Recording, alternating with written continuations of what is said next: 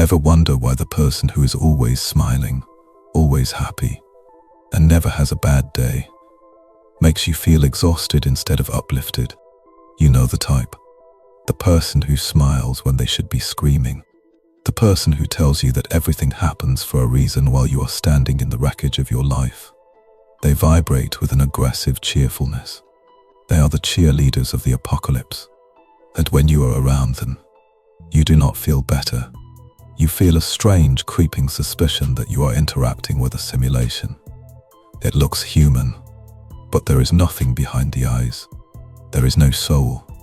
There is only plastic. You are not being negative. You are detecting a lie. Your primitive brain knows that in nature, nothing is bright and colorful unless it is poisonous, or unless it is a lure. Welcome to the psychology of the Perpetual Optimist, or as we call it in the dark corridors of analysis, toxic positivity. This is not a virtue. This is a defense mechanism. It is a psychological fortress built to keep reality at bay. And the person living inside that fortress is not happy. They are terrified. They are running a marathon on a broken leg and smiling for the camera because they believe that if they stop smiling, the pain will catch up to them and kill them. Today we are going to tear down the fortress. We are going to peel back the wallpaper of positive vibes to show you the black mold growing underneath. And we are going to teach you why the ability to feel darkness is the only path to the true light. Welcome to the Watchtower. Let us begin with the autopsy of the smile. Why does it feel so uncanny? Why does it trigger a fight or flight response in you? Because your primitive brain is a lie detector. It recognizes micro-expressions. It recognizes the dissonance between the eyes and the mouth. A real smile engages the orbicularis oculi muscles. The eyes crinkle. The smile of the Perpetual Optimist stops at the upper lip. It is a rictus. It is a mask. And your brain knows that a person wearing a mask is hiding a weapon. You are sensing the suppression. You are sensing the megatons of unprocessed grief and rage that are stored in their basement. And you are afraid that one day the basement door will burst open. We must look at the psychological concept of reaction formation. Sigmund Freud identified this over a century ago. Reaction formation is a defense mechanism where a person behaves in the opposite way to which they think or feel. The person who is terrified of their own anger becomes aggressively gentle. The person who is consumed by lust becomes a prude. And the person who is drowning in despair becomes the poster child for happiness. They are not happy. They are allergic to sadness. They have decided that negative emotions are dangerous. Perhaps they grew up in a home where crying was punished. Perhaps they had a parent who fell apart and they had to be the strong one. They learned it a brutal lesson. To be sad is to be unsafe. So they amputated half of their emotional spectrum. They performed a lobotomy on their own soul to excise the darkness. But here is the law of physics. Energy cannot be created or destroyed. It can only change form. The sadness you repress does not disappear. It metastasizes. It turns into anxiety. It turns into autoimmune disorders. It turns into a passive-aggressive need to control everyone around you. Have you noticed that the most positive people are often the most controlling? They police your language. Don't say that. Be positive. Good vibes only. This is not a suggestion. This is a command. They need you to be happy because your sadness threatens their fragile house of cards. If you are allowed to be sad, then their suppression is threatened. So they must gaslight you into smiling. They are the tyrants of the light. Let us dig deeper into the neuroscience of denial. The brain of the Perpetual Optimist is addicted to dopamine and terrorized by cortisol. They have conditioned themselves to avoid any stimulus that might trigger a stress response. This sounds healthy on paper, but it is catastrophic in practice. Because pain is data.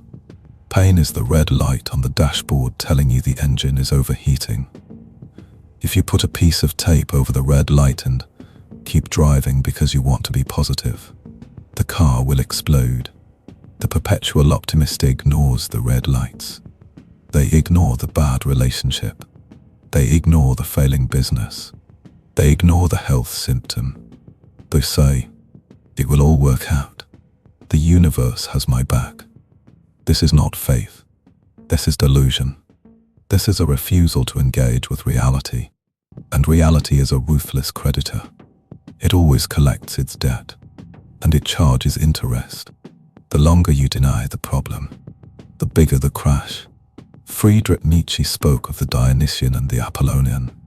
The Apollonian is order, logic. The Dionysian is chaos, darkness. To be a whole human being, you must integrate both. The Perpetual Optimist has rejected the Dionysian. They are trying to live in a world of pure light. But a world of pure light is a desert. Nothing grows there. It is scorched earth. You need the rain. You need the storm.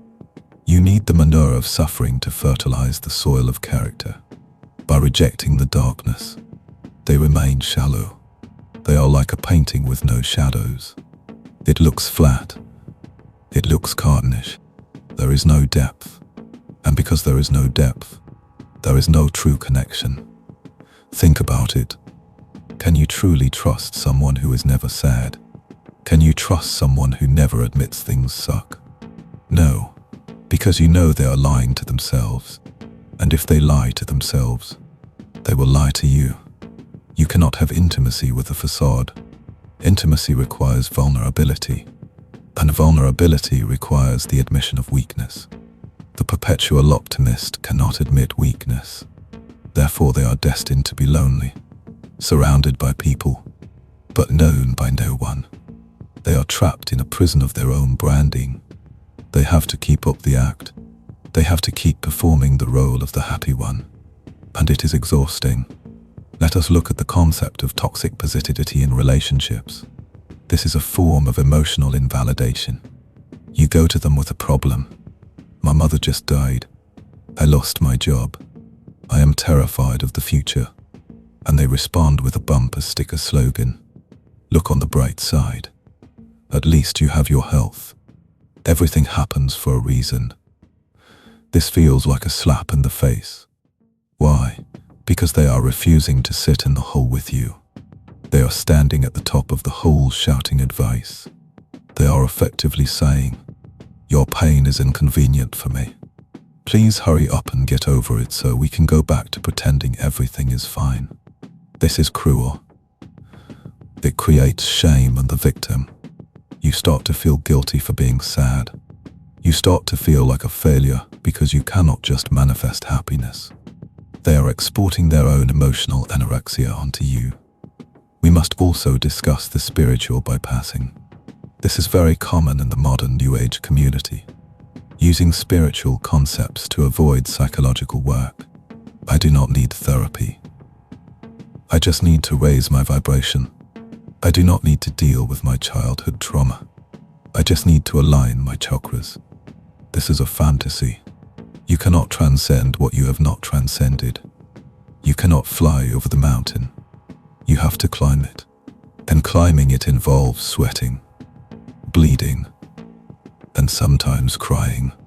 The Perpetual Optimist wants the view from the summit without the climb. They want the resurrection without the crucifixion. It does not work that way. The only way out is through. Let us look at the somatic cost. The body keeps the score. Bessel van Oak taught us this. When you suppress an emotion, it goes into the tissue. It goes into the fascia. It goes into the gut. The Perpetual Optimist often suffers from mysterious ailments, migraines, digestive issues, chronic fatigue. Why? Because holding a beach ball underwater takes effort. Holding down your entire emotional history takes a massive amount of caloric energy. They are tired, deep in their bones. They are tired of the performance, but they do not know how to stop, because they have built their entire identity around being the light. If they turn off the light, who are they? They are afraid they are nothing.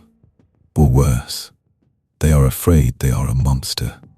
Carl Jung called this the shadow. The shadow is everything we deny in ourselves. The more you strive to be good and happy and light, the darker and denser your shadow becomes. Then the shadow will find a way out. It leaks. Have you ever seen a nice person snap? It is terrifying. It is a volcanic explosion, because the pressure valve has been welded shut for 20 years. Or it leaks out in subtle ways. Sarcasm, gossip, judgment. The person who preaches love and light is often the most judgmental person in the room. They judge you for not being as enlightened as them. They judge you for having negative vibes. This judgment is their shadow speaking. It is their repressed aggression finding a loophole. Now let us pivot. What is the alternative? If optimism is a trap, is the answer pessimism? No, pessimism is just the other side of the same coin. The optimist says everything is good. The pessimist says everything is bad. Both are delusional. Both are ignoring the data. The answer is realism, or what the psychologist Viktor Frankl called tragic optimism. Tragic optimism is the ability to maintain hope and meaning in the face of guilt, pain, and death. It is not denying the darkness. It is staring the darkness in the eye and finding a way to walk through it. It is the attitude of the prisoner of war who survives not because he thinks he will be released by Christmas, but because he finds meaning in his suffering today. The Stockdale paradox. Admiral James Stockdale was a prisoner in Vietnam. He noted that the optimists were the first to die. They died of a broken heart because they set arbitrary deadlines for their release that never came. The realists survived. They accepted the brutal facts of their reality, but they never lost the faith that they would prevail in the end. This is the balance. Unwavering faith, combined with the discipline to confront the most brutal facts of your current reality. So how do we deprogram the perpetual optimist? How do we break the addiction to the smile? We need a protocol. We need to reintroduce the system to the full spectrum of light. Protocol 1. The grief audit. You need to sit down, alone, without your phone, without music, and ask yourself a terrifying question. What am I sad about? What have I lost that I never mourned? The childhood dream, the relationship, the version of myself that died. Write it down. You will feel resistance. You will feel your brain trying to spin it into a positive. But at least I learned a lesson. Stop. Do not look for the lesson. Look for the loss. Sit with the loss. Let yourself feel the heavy cold weight of it. Do not fix it. Do not reframe it. Just feel it. This is emotional weightlifting. You are building the muscle of tolerance for negative emotion. Protocol 2. The granularity of emotion. The optimist has a low-resolution emotional vocabulary. Everything is either good or bad, happy or sad. You need to increase the resolution. Instead of saying I am stressed, dig deeper. Am I feeling humiliated? Am I feeling neglected? Am I feeling resentful? Am I feeling grief? When you name the demon accurately, you gain power over it. This is called emotional granularity. Lisa Feldman Barrett research shows that people with high emotional granularity are more resilient. They do not need to repress, because they can process. Stop painting with a broad brush. Use a fine point pen. Describe your inner world with precision. Protocol 3. The negative visualization. The Stoics called this premedit etiomalo rum, the premeditation of evils. The optimist is terrified of the worst-case scenario, so they avoid thinking about it. We are going to do the opposite. We are going to visualize the worst-case scenario in high definition. Imagine losing your job. Imagine your partner leaving.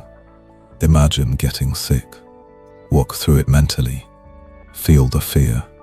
And then, make a plan. If this happens, what will I do? How will I survive? By facing the monster in the simulation, you strip it of its power. You realize that you are stronger than you thought. You do not need to delude yourself that it won't happen. You can know that it might happen, and you will still be standing. This is true confidence. Optimism is hoping the storm misses you. Confidence is knowing you can swim. Protocol 4. The honest no. The perpetual optimist is often a people pleaser.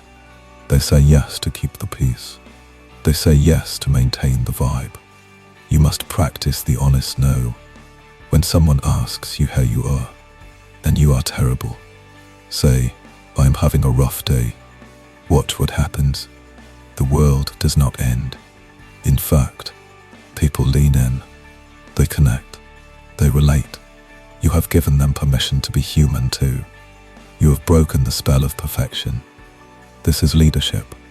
Leading people into the truth is far more noble than leading them into a fantasy. Let us address the concept of hope versus optimism. Optimism is a belief that things will turn out well. Hope is a belief that things make sense regardless of how they turn out. Václav Havel said this: "You want hope, not optimism. Hope is robust. Hope can survive the gulag. Optimism dies in the gulag. Hope is grounded in meaning. Optimism is grounded in outcome. Detach from the outcome. Attach to the meaning. Why are you suffering? What is the purpose of this pain? How can you use this darkness to help others?" The wounded healer is the most powerful archetype.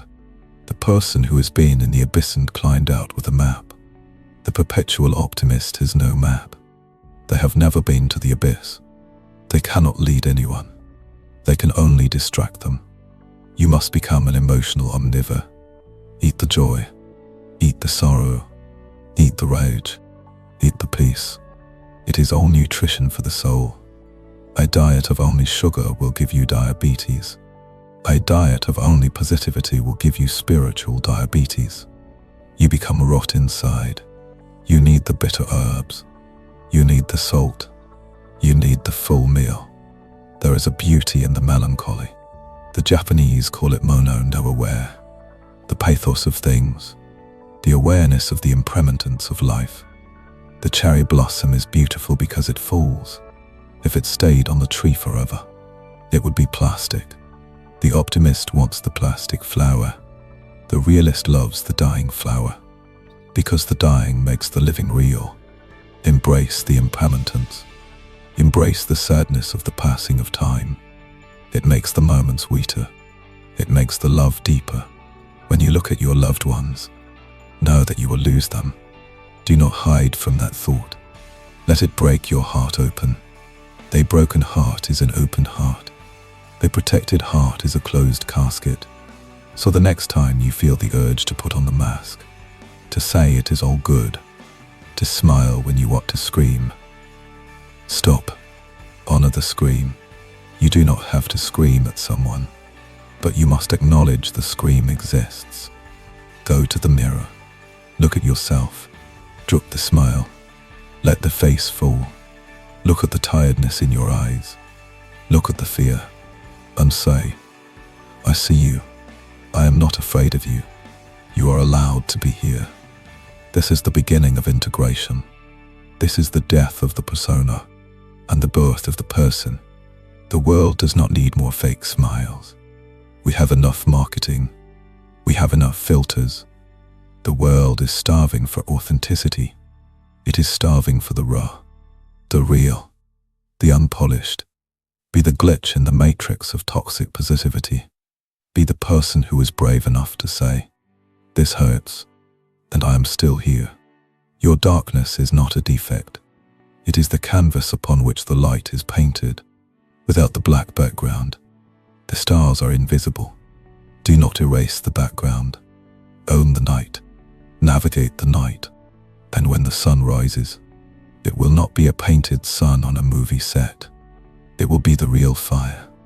Warmed, life-giving, and earned. We are Mind Ministry, and we are watching.